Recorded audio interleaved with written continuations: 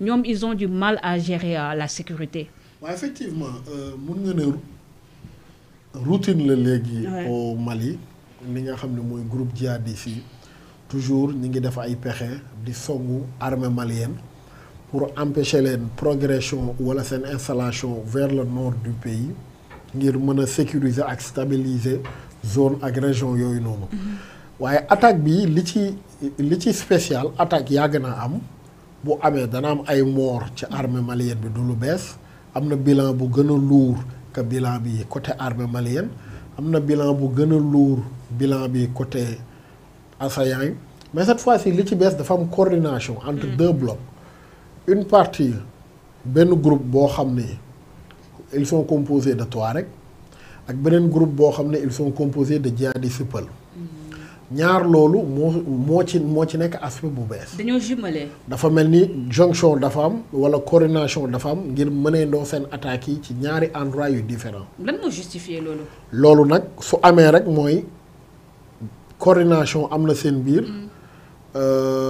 maanaam. déggoo am na waxtaan am na et souvent groupe djihadiste yooyu noonu ay groupe dañuy am hostilité seen biir. finalement ils se retrouvent ci ay mêmes centres d'intérêt. merci souvent ñii dañuy affilié wu ci Al-Qaïda.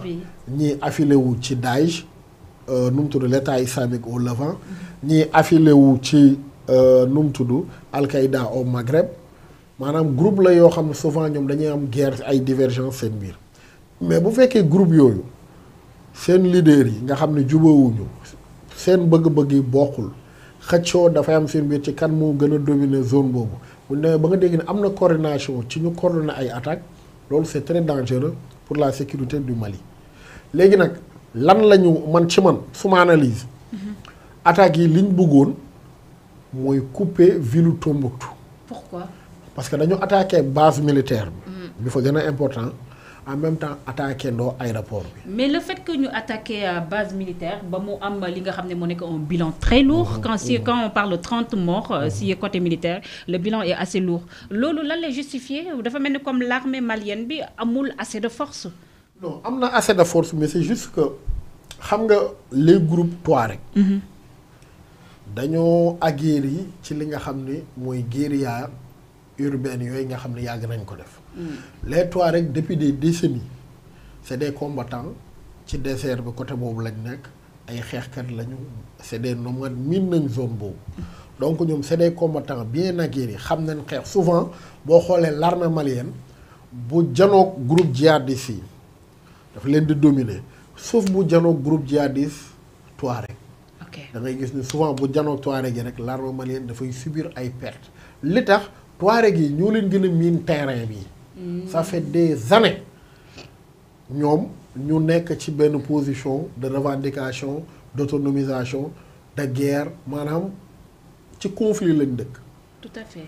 et ils sont trop bien équipés trop bien armés dañuy wax ni c'est Kadhafi moo leen armé woon ci lim doon préparer la grande bataille de Tripoli bi Kadhafi demee ba xam ne moom mënatul gagner la rébellion libyenne dafa defoon benn pacte avec les rebelles Touareg.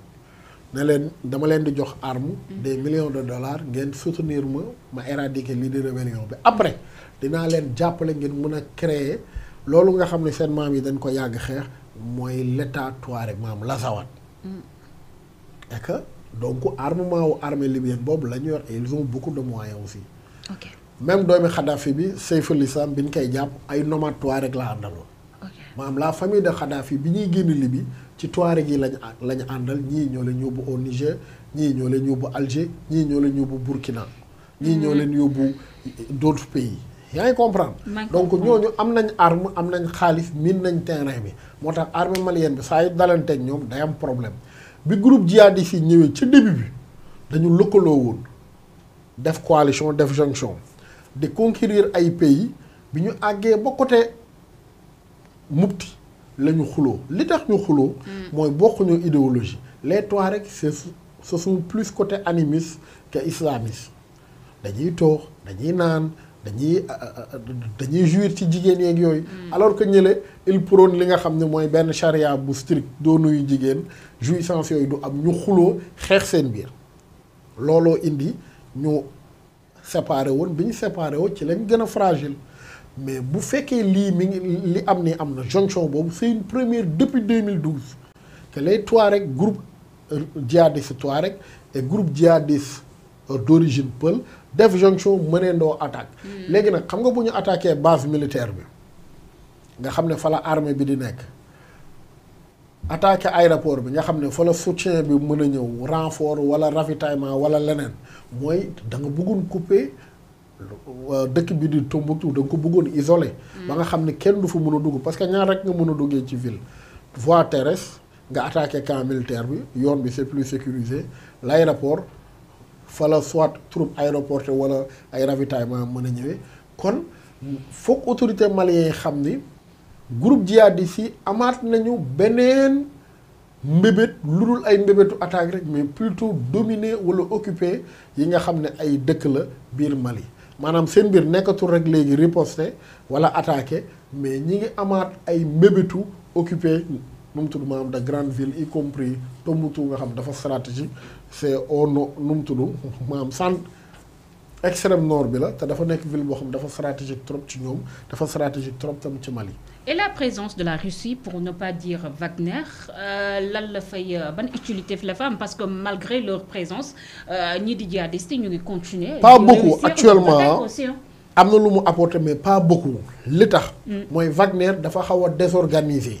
lim doonoon dëgg-dëgg avant maanaam lim defoon au début guerre bi defoon ko Burkina ak feneen defoon ko par exemple Centrafrique en Afrique Wagner mi ngi wane ay preuve dëgg-dëgg Centrafrique maanaam ci lutte contre les rebelles de la Séléka ak Tchad parce que ñu bëri duñ koy mentionné mais souvent am na sax ñuy wax ne l'attaque qui a fait perdre la vie à Idriss Déby des forces de Wagner ni ngi ci woon parce que dañuy wax ne attaque bu précis boobu bi ñu ciblé tête de pont ou convoi Idriss Déby bi loolu ku am assez de renseignement am maîtrise am expérience ci combat moo ko moom te xam nga Idriss Déby dañ ko doon jiin na rebellu Sélékaay moomu seen arrière base la maanaam rébellion bi nekk Centrafrique boo leen poursuivre dañuy daw jéggi Tchad parce que ethnie benn la ethnie bi Déby bokk ak ethnie yi mën a rébellion boobu dañoo am ay liens et que Déby daf leen daan jàppale. et que donc tant que Déby était nu mu tudd foofu présent au Tchad chef de guerre di wàcc ci terrain bi jàmm doo am Centrafrique. boo xoolee bi Déby dee rek la rébellion wu Centrafrique bi. régressé bu baax a baax donc pour expliquer actuellement Wagner. Depuis cette tentative de coup d'état en Russie mun nga ne Wagner n'existe presque plus. li Prigojine amoon ci ay moyens ci autorisation ci bénédiction au Kremlin ci ay ressources ci ay conseils ci ay anciens combattants yu mu enrôlé woon amatu ko d'ailleurs Russie dafa am benn note circulaire bu génnoon boo xam ne dafa doon woo tous les anciens combattants de Wagner ñuy intégrer l'armée régulière wala ñu exilé wu.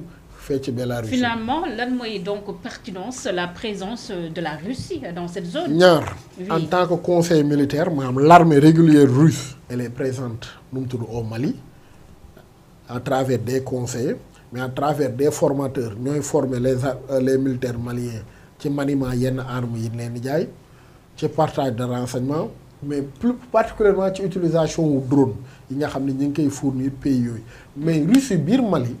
déployé wu fa assez de militaires actuellement bu ko mën a permettre mu lancer une grande offensive contre les groupes djihadistes am na ko nag am na les moyens parce qu'elle l'avait fait en nu mu tudd fait ci Syrie en 2012 2013 2014 te boobu gënoon compliqué c'est-à-dire Russie boo xoolee pays grande puissance yi Russie ci ëpp expérience ci lutte contre les groupes armés djihadistes parce que dafa yàgg ci moom mooy lu ñuy woowee le Caucase depuis des décennies depuis fin presque Union soviétique ba tey Russie dafay faire face à des groupes armés dans le Caucase en Tchétchénie et donc miin na li groupes djihadistes moo ko njëkk confronté wu sax que les Américains en Afghanistan bi mu koy envahir groupe Moudjahidine la fekk donc Russie mun nga ne moo ëpp expérience ci groupe islamiste comment il fonctionne mais ressource bi mu laaj pour déployer ko Mali pour mën a gérer actuellement mënu ko parce que dafay gérer front boo xam ni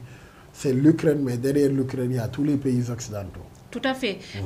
On va terminer avec une question sur cette question malienne. Cheikh Ousmane, gis neen ñi di Mali chassé neen les Français nekkatuñ fa mais malgré tout ça problème yi mu ngi gën a continuer foofu la ci Mali ba fu mu toll nii contestation yi à chaque fois dañuy gis de vives contestations dañuy gis na foofu y a des arrestations les djihadistes yi di continuer di monter en puissance malgré la présence de la Russie.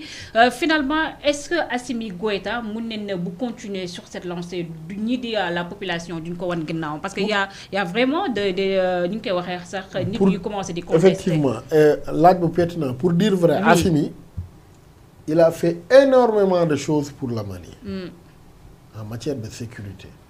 Il a fait beaucoup de progrès. Mais le problème du Mali est très profond. Dafa transcender mbirum djihadisme, dafa transcender mbirum sécurité. Dafa un problème ethnique d'abord. Finalement, le problème n'était pas la France.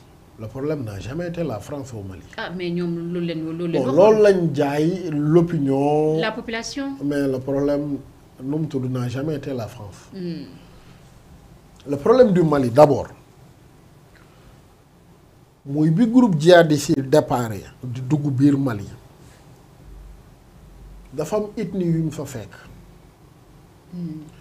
ethnie yooyu dañu wax ni dañoo recevoir les djihadistes à bras ouverts tijjil leen wan leen yoon yi doon leen ravitailler sax ci ay dund am na ñu ne sax dañoo intégré ci groupe djihadiste yi ànd ak ñoom songu yeneen ethnie particulièrement yoo xam ne ñoo doon dund ci zone yooyu looloo indi vers le sud maanaam au royaume Dogon ngay dégg ethnie boobu ñuy jiin ni dafa lëkkaloo ak djihadistes yi di dund ay maanaam ay attaques ci sud bi par rapport ak ethnie yi nga xam ne dañ jàpp ni ñoom ñoo fi indi djihadisme. Ok, je vois. Donc mu dem ba nekk benn conflit ethnique.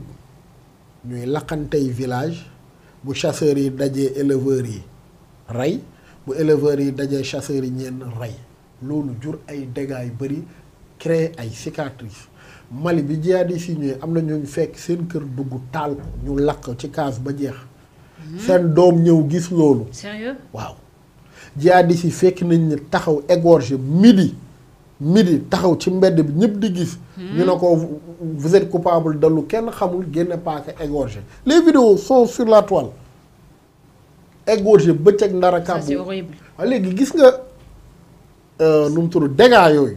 cicatrices yi moo dañu biir Mali.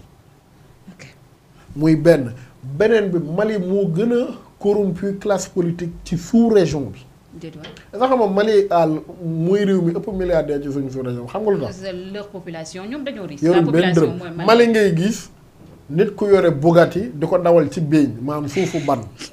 oto 2 millions de dollars presque 1 milliard di ko dawal ca tali ban béñ am na benn vidéo bu nekk sur la toile am ay internautes yu bind di tiré no xoolal leen mënoon nga defar sa tali dëkk ba pare. Franchement Mali ay milliardaires kese la. mais dëkk ba amul dara. classe politique bi gën a corrompu ci suñu sous-région Mali la budget réew mi séddoo nañ ko Mali ngay dugg benn kër boo xam da ngay fekk koo xam ne parking am mais xanaa tabax na ay hôpital pendant ce temps-là la population malienne ñi ngi pauvre ñi ngi sonn. amuñu lekk de. askan bi weddi leen wóolootuñu classe politique ñi fa nekk nii comme classe politique population bi gëmuñ leen. moo tax ba léegi pour nga gis benn mouvement bu taxaw na ku mel ni Assimi wala la junte dem leen du yomb. Parce qu'il n'y a pas d'alternative à cette junte. La classe politique malienne, elle est pourrie jusqu'à l'os. La population bi bëgguñ ko relève bi ñëwugul lu ko mën a remplacer. muy ñaar yii moo dajaloo ak défi sécuritaire bi nag ñëw dëkk bi yaatu loolu territoire mais xaw ma 2 fois la France sañ wax xaw ma 4 fois Mali dañ lay wax na la y a des penseurs yu lay wax na la Mali da Kaay à Kidal de Tombouctou à Sikasso nekkaat benn dëkk mënatul nekk. En tout cas. par force ci découpage lañ jëm am na ñu koy prôné am na ñuy théoriser loolu. na la défi sécuritaire bi fi mu toll nii état central bu géré de Kaay à Kidal de Tombouctou à Sikasso mënatul am par force Mali ci découpage la jëm on découpe à partir de Mopti ba Tombouctou dañuy dagg benn dëkk.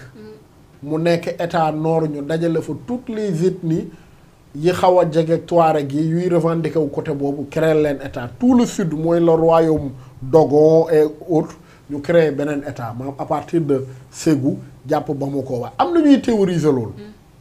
dana am ak du am yàlla rek a xam am na ñuy wax ni looloo nekkul dilu français yi avec les groupes djihadistes benn moment bi ñu aayee l'armée malienne di progresser vers le nord dañuy wax ni français yi dañ tegoon dil ci fexe ba na leen dinañ leen daggal le nord ngeen yor ko comme état. mais ça va être très très difficile administration centrale toog Bamako di contrôler waat territoire bi yëpp. C'est compliqué. loolu dana compliqué trop sincèrement. Merci beaucoup, cher Ousmane. On parle d'autres